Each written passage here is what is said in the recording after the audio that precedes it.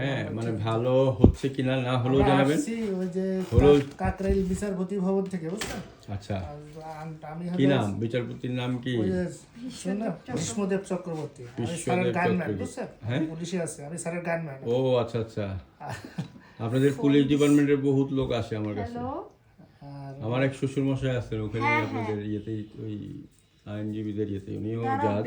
ওনার বাসায় একবার গেছিলাম, এই বিশাল লম্বা করিডোর বুঝছেন, গাড়ি থুইয়া পরে হাইটারিতে হয়েছে। তারপরে আবার ওই দরজার মধ্যে আবার নানান কিচ্ছা কাহিনী, নাম লেখরে বাবা এই লেখরে।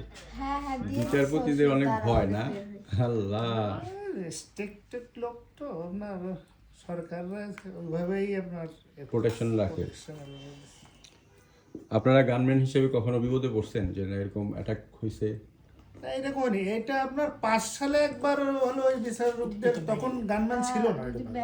5 সালে সমস্ত বাংলাদেশে একবার হয়েছিল 3-4-5 জায়গায়।